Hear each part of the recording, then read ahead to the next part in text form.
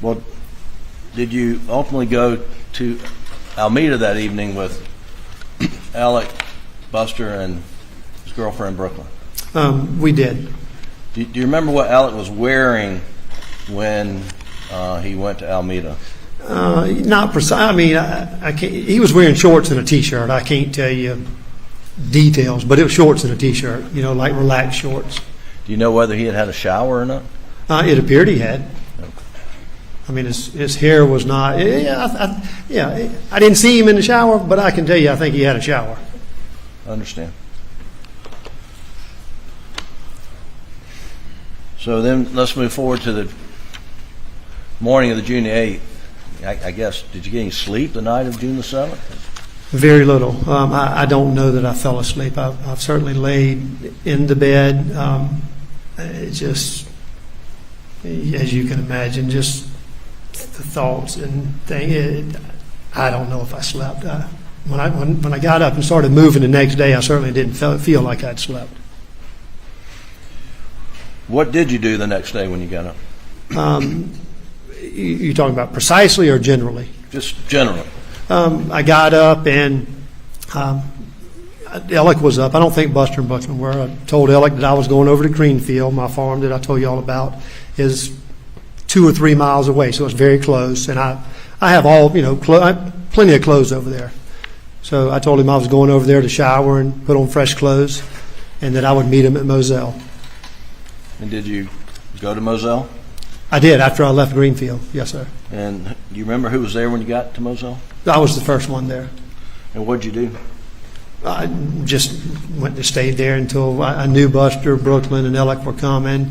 I suspected that other family members and partners, I knew others were coming, so I just kind of sat there just in disbelief still. It's just, moments of just... Was the door to the house unlocked? Do you remember? That's a good question. I thought about it. I don't remember. Right. It either was unlocked or I had the code, because there's a keypad on a side door, but I can't tell you which door I went in. I don't know. Did you eventually go down to the kennels? I did. Once everyone got there, there was a fair amount of activity in the house with family and law partners, Alec's law partners, Randy's law partners. I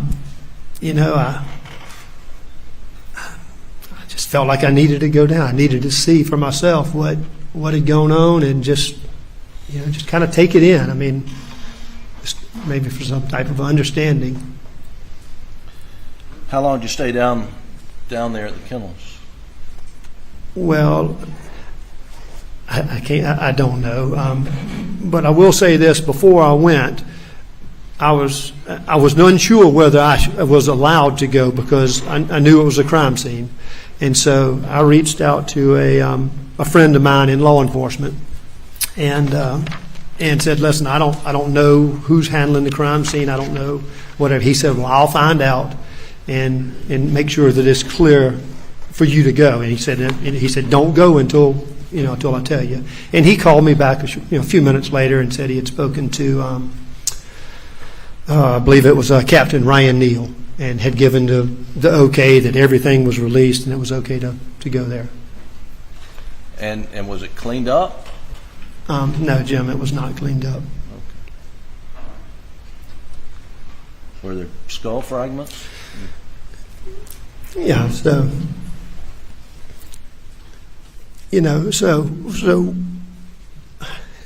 excuse me, this is going to be really difficult.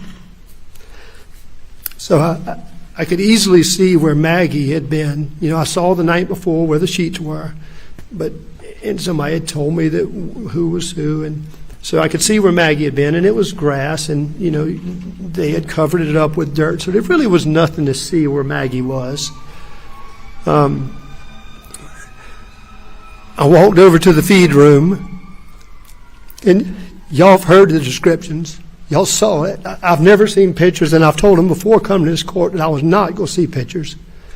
But y'all can imagine what I experienced. It had not been cleaned up. I saw blood. I saw brains. I saw pieces of skull.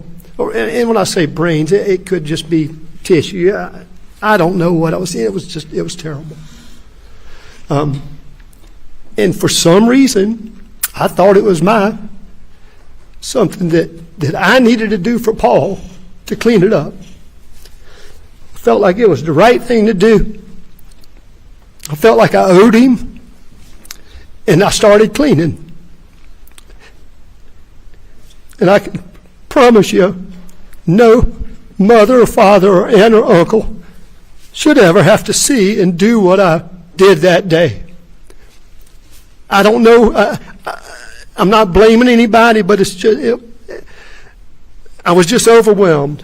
I did everything I could, and I would have moments where I would stop crying for a moment, and just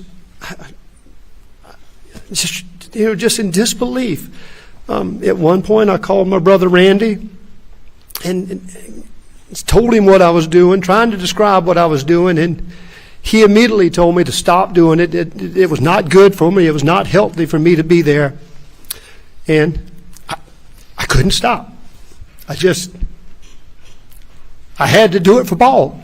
That's just what I had to do. And I don't know, it's probably 15, 20 minutes later, Mark Ball shows up. Y'all heard Mark Ball testify. And he came and hugged me and told me it was okay to leave. Okay to leave what was left of Paul. They would clean it up. It's the hardest thing I've ever been through in my life. Yes, sir. What'd you do next? Mark basically got me. I'm sure I was just a basket case, but he got me back to the house and, got me back around family and, just got back to, the support of others that were there. And there were a lot of people at the house at that point. Do you remember when you got back to the house, at some point in time, people